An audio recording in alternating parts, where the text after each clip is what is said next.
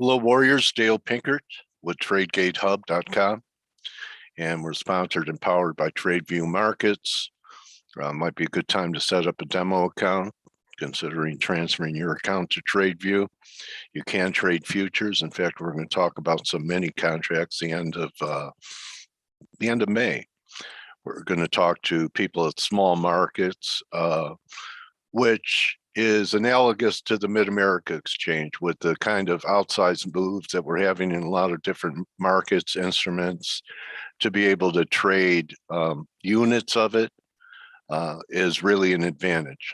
Really liked, especially, if you're a grain bull and the moves that you have 30, 40 cents a day in beans, wheat, corn, it's too much for you. On a 5,000 bushel contract, you could do 1,000 bushel contracts, as well as the same thing happening in metals across the board. Anyway, the elephant in the room, of course, today, everyone, is the Fed. And, in my view, I think we're pretty much have priced in a lot of what the Fed's going to do. The big event is probably the timing and the amount of QT that's going to happen, I believe, during the presser. The most bullish thing they could do is say that they are going to pause with rates, maybe continue with QT. And as you notice on the 10-year daily, although we're making new highs in price, pretty glaring divergence for the first time. And when you look at it longer term, you have to think that we're pretty stretched out. There's no reason to believe that this could be the end of a trend right now while it's making new weekly highs and confirming these highs to boot. But, pull back towards 240 is possible that you could see on the daily. And if you've been following me, you know that I've been looking at the market. Some people are starting to lean my way, but I was looking at semiconductors, which last Friday and Monday, when the S&Ps were under a lot of pressure, again, on Monday, the S&Ps made a new low. The SMH did not, made a higher low. And the other equity that's pretty close to my heart and lungs would be a recommendation I had from Mike in Canopy Growth, a marijuana company here in the US. And you could see we had a pretty nice lift off. I would use weakness to buy it. In fact, I'd use weakness to buy the market. Already have some, took a little off before the Fed. And the tactic would be, if initially the knee-jerk reaction is a weaker market, they sell things off because of rate hikes, I'd use it as a buying opportunity wrong under the low. Same situation when I was buying semiconductors, that you're wrong under the low. And the semis, that comes in quite a bit lower. It was 224. So I'm going to give it that much room. It came right off the line. And this was something that we've been talking about for a while. I waited for this line to be hit. And we may as well go the S&Ps because what happened Monday, I think, was significant. Maybe I'm talking a little bit about a lot about equities and stock indices because the currencies aren't as clear to me. I'll get to the dollar in a bit. But when I was talking about S&Ps, we're down a little bit here today. But we held this. He has a nice little reversal here. And I would buy a pullback wrong under the low here. Under Monday's low, as I talked about with Mike, it really opens the door for a lot of room to the downside that could take us all the way back towards, 3,400. So this is a very important week. If the Fed is really serious about fighting inflation, of course, lower stock market will damper confidence, maybe damper a little spending. So we're going to find out today if the Fed is still S&P dependent rather than data dependent. And if they really wanted to break the market, they have it on the cliff, they could do it by maybe going 75 basis points or being aggressive on QT. My belief is that there's at least a real nice bear market rally coming. When you look at what's happening here in NASDAQ, we did not confirm down here. I would buy a break in case we get a little 3 drive here in the NASDAQ, and that's a possibility. But I'm thinking that the bulls are looking at this as a wave 4. Let's look at a weekly. Okay, which means they're looking for new highs in the market, right? And even the bears say that we could get a rally back, and I'm thinking, maybe even above this high, 15.5 in NASDAQ, if I'm right about where the Fed is at today. And if I'm wrong, I'll be taken out, mainly with break-even positions on semiconductors. This was one that I recommended, this UMC. And so actually last week it put in a bit of a reversal week. So again, I think that's bottoming. So let's get to some of the commodity and dollar index. We're getting a little bit of a rally here in euro, but a flat bottom doesn't impress me.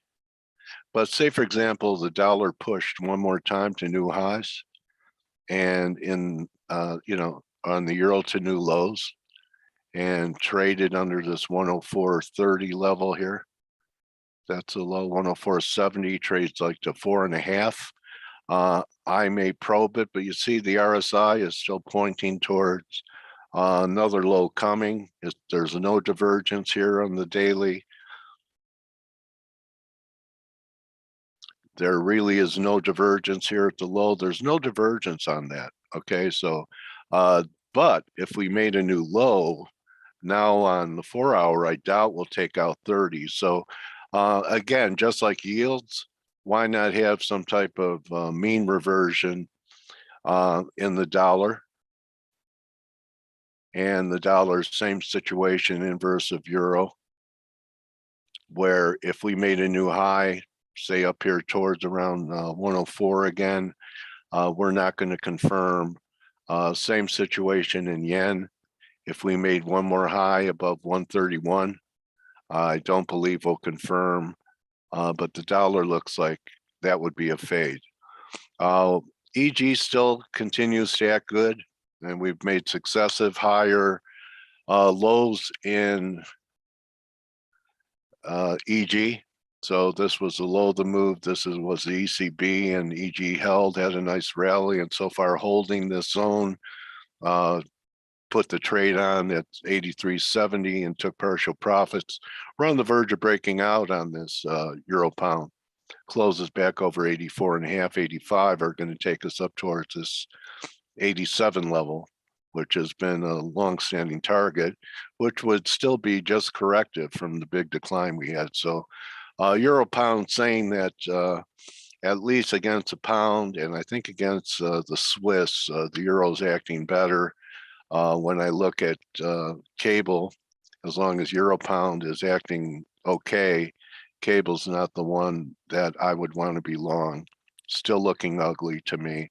So new lows coming here as well. But I would fade the dollar at new highs up above, say, the 104 level. Let's see what happens if we get up and challenge this high up here after the Fed, 103.92. So we're about 60 pips away. I think I will probe it for at least a short. And even if this is still a bull market in the dollar, I think there's going to be some mean reversion, maybe back towards 101 or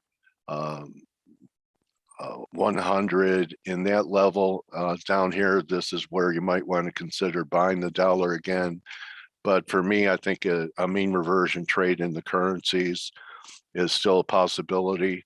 I hope I've saved you some heartache from being long silver. I pointed out that the gold silver ratio broke out last week. It still has done nothing wrong. And, I see targets up here around 87 to 90. And that's going to be a little bit above 38% back of this huge move that we had to the upside. And as long as this is trending up, you don't want to be long silver. And, it's my belief that there's a pretty good chance that we're going to clean out the stops in silver under this 2143 level, clean out the bulls, and then we'll see what happens around the 20 number. I have some important weekly moving averages coming in around 2020. So that's where I think that silver could go. Gold, I'm thinking more like 1825. Gold acting much better. It hasn't done anything right to where I want to buy it. It would have to close back over, say, 1920 to get me interested in the long side. I still think that we could see, and we almost got there from the bearish call up here. Originally it was 1840, 1825. We'll see where gold is at should the XAU get towards that 89 level, and I'll be interested to see where gold is trading after silver cleans out the stops. We could have a bear market rally here in silver, but as long as we're under 24, I think it looks negative. Copper, I've been negative from the top as well. That continues. Commodities still under pressure. I'm not ready to say that copper has bottomed, or some of the industrials like Freeport. These were loved groups. All the commodity stocks, oils, miners, were all loved groups that are now getting taken out to the cleaners. And I'm going with one of the more hated groups that used to be one of the most loved groups, and that's the semis, and something else, and cannabis, in case my semi trade doesn't work. So I want everyone to keep their powder dry. Don't try and guess and put on a position right before the Fed decision, announcement, and presser. Pay attention to the timing of QT. If they say they're not going to start QT till June, there's a window for the market to take advantage of in case that's what they say, and see if they raise or lower the amount of QT from whenever they're going to start it. And I'd say that the biggest pain trade now, after months of the market going down, since January, and you think about the huge interest rate increases that we've had, war in Ukraine, supply chain disruptions, $130 crude at one time, a very strong dollar. They've thrown the kitchen sink at this market. And when I look at things like the semiconductors, it looks like a wedge or a bull flag. And I think that the semis have a pretty good shot of challenging the wedge line above. And that would be up around this 270 level. There's some confluence. We break out over 270. New highs are coming in the semis. So good hunting, have a plan. And the most important part of the plan is before you click your mouse and you put your position on, know where you're wrong. Have your stop there, give it a little tolerance, but don't try and predict red events like Fed meetings or NFP. React to the reaction. That's trading. You could always play roulette at any casino or flip a coin. You want to be a trader, you have all your technical levels ready, and you should have a plan right now about what you're going to do 3-4 hours from now after the Fed. If you don't, just watch. There's no law that you have to trade today, and you can just wait for the dust to settle. Sometimes you get knee-jerk reactions and big reversals on days like this, but keep in mind we have the NFP coming up as well on Friday. So those are my calls. The next one's yours. You could call me and text me in TradeGATEHub.com every day. And if you like these broadcasts, we do a lot of posting in there. There's a lot more content, and what you get in these videos is the tip of the iceberg. So I welcome everyone to come in and be part of our mastermind group. Mike Venetia is one of the best. It was a week or so ago, and I sent Mike a message, what's your best to breed in semis and cannabis? He gave him, and they both, and you know, we were talking about Lamb research. It did not make a new low. One other group that you may want to pay attention to, which is very interest rate sensitive, is going to be the home builders. So here's the ETF for the home builders here. And as you can see, they haven't made new lows either. While the S&Ps and everything looks like they're setting up a nice space. Could they try and clean out stops under 60? Definitely. But to me, we're building nice base. We get a decent benign Fed meeting today. And I'm correct about yields at least pulling back for a while. I think the home builders can make a pretty nice move up here, and they get through 65. They have a shot towards the 70s. So good luck, everyone. I have an interview tomorrow. You're going to want to be there for this interview. And Mike, I believe, is going to be here in an hour and 15 minutes to give you his Fed prep. Good luck today. And remember, most of all, guys and gals, that I know it's important, trading's important, money's important, but it isn't everything. So don't just count your pips, count your blessings. And good luck today.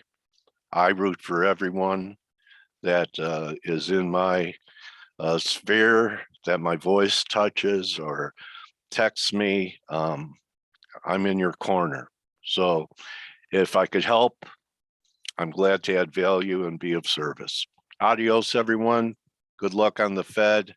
I'll see you tomorrow for an interview, and stay tuned for Michael in an hour and 14 minutes. Adios.